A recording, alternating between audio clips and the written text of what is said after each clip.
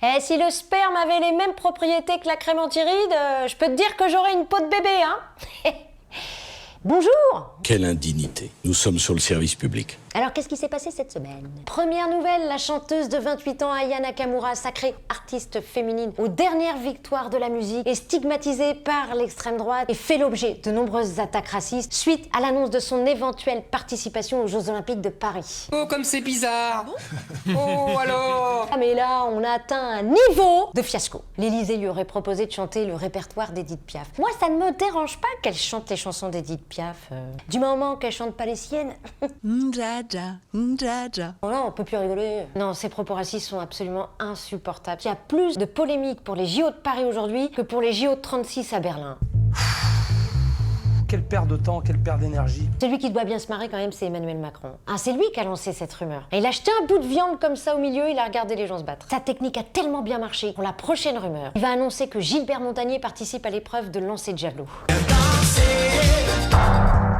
Aïe, coup dur pour Guillaume. Quoi d'autre, quoi d'autre, quoi d'autre? Après des semaines d'absence très remarquées, Kate Middleton, l'épouse du prince William, a annoncé ce vendredi soir être atteinte d'un cancer, à tel point que sa longue absence ces derniers mois a provoqué l'apparition de nombreuses rumeurs. Voilà, elle a peut-être juste envie d'être un peu tranquille, la pauvre, on la comprend. L'autre, elle disparaît 15 jours, c'est la cohue. Moi, quand je disparais 15 jours, tout le monde s'en fout. On s'en bat les couilles!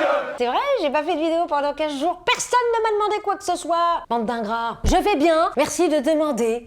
Rien à foutre. Non mais vous vous rendez compte, elle peut pas faire un pas sans être poursuivie par les journalistes. Ça doit être insupportable. La différence entre son cancer et les paparazzis, c'est que son cancer, au moins, elle a une chance de s'en débarrasser. Et on lui souhaite, bien évidemment. Kate, si tu nous regardes, on t'embrasse. Malgré la prise de parole de la princesse sur son état, les rumeurs complotistes continuent. On a tous vu cette photo de Kate Middleton posant avec ses enfants pour nous rassurer le 10 mars 2024 à l'occasion de la fête des mères au Royaume-Uni. C'est tout le contraire qui s'est produit puisque le cliché s'est révélé être truqué. Moi j'étais inquiète, hein. Je me suis dit, allez où? J'en dormais pas. Alors que le monde entier scrute les photos de la famille royale pour y déceler une quelconque manipulation, les autres personnalités se sont aussi passées au crible. Il en va ainsi d'Emmanuel Macron. Le cliché du président de la République faisant de la boxe publié sur son Instagram.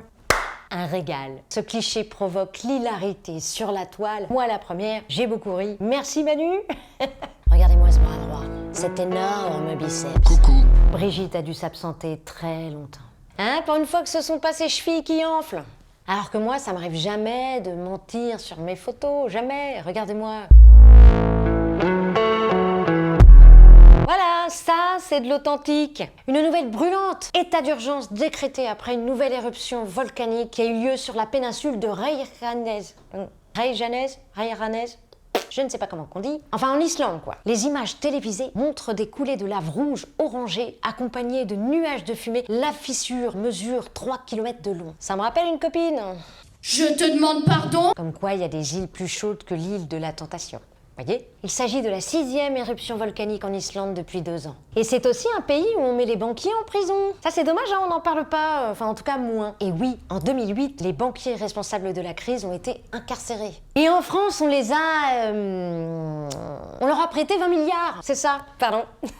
Aux dernières nouvelles, ils ont été jugés par la sœur de Xavier Dupont de Ligonnès. Voyez? Même si les conditions de détention de ces banquiers à une prison ouverte sont loin d'être le bagne. C'est une prison sans murs, sans barreaux, perdue à plus de 2 heures de route au nord de Reykjavik. Plantée dans un paysage spectaculaire au bord de l'océan, cette prison à ciel ouvert contient exactement 22 détenus. Ça va, ils risquent pas de se marcher dessus. Ils bénéficient ainsi d'une chambre individuelle équipée d'une télévision, ordinateur, PlayStation. Et même une salle de billard, les salauds. Ça va, tranquille. Bon, mais c'est déjà ça. On va pas demander le beurre, l'argent du beurre et le cul du taxi. La cour ressemble plus à une salle des marchés qu'une simple cour de promenade. Finalement, ça donne envie d'y aller. Une nouvelle croustillante. Une sénatrice aux États-Unis dans l'État du Kentucky a été vivement commentée pour ses commentaires lors d'un comité sénatorial. En effet, la sénatrice aurait proposé de vendre aux pédophiles des poupées sexuelles ressemblant à des enfants. Fallait y penser, hein? C'est honteux. Je verrai plus les jouets pareils. Vous vous rendez compte? Une boîte à forme pour les petits peut devenir un gloriole pour les grands. On va où, là? Mais après, on va retrouver des pervers chez Jouet Club. Bonjour, je voudrais un bébé baigneur. Oui, c'est pour une petite fille de quel âge? Il a 42 ans. Ah, les fabricants vont devoir changer les inscriptions sur la boîte de jeu. Quand il y aura marqué à partir de 4 joueurs, tu sauras pas s'ils doivent rester habillés ou... Vous voyez, ce sera pas clair. Moi, tu me parles pas d'âge. Mais moi, quand on m'a dit qu'il y avait quelqu'un dans Casimir, je me suis dit que c'était dans le costume. Allez, on se concentre. Une autre nouvelle. Coup de théâtre dans l'audiovisuel. BFM TV et RMC vendus à l'armateur Rodolphe Saada, propriétaire du groupe TMA TGM. C'est la 3e plus grosse compagnie maritime. Pour mener les gens en bateau, il n'y avait pas mieux. Mais BFM TV a été vendu 1,5 milliard. 1,5 milliard. Ouh! Dans un premier temps, ça m'a fait sourire. Et dans un deuxième temps, je n'ai pas souri. Quand j'ai vu qu'un truc qui pouvait raconter autant de conneries pouvait être vendu aussi cher, j'ai commencé à regarder mon mec différemment. Moi, de toute façon, je regarde pas BFM. Non, je préfère rester informée. Une nouvelle de fou pour terminer. Mon spectacle extraterrienne se joue en tournée dans toute la France. À Lille, Avignon, Lyon, Villeparisis. Bref, une tournée mondiale. Merci d'être aussi nombreux en salle. Merci aussi de suivre toutes mes vidéos, de laisser des commentaires. C'est comme ça que j'existe. Merci du fond du cœur, vraiment. N'hésitez pas à vous abonner, à activer la petite cloche. Voilà. On sait jamais, ça peut faire ce petit bruit. Je vous fais plein de bisous. Au revoir.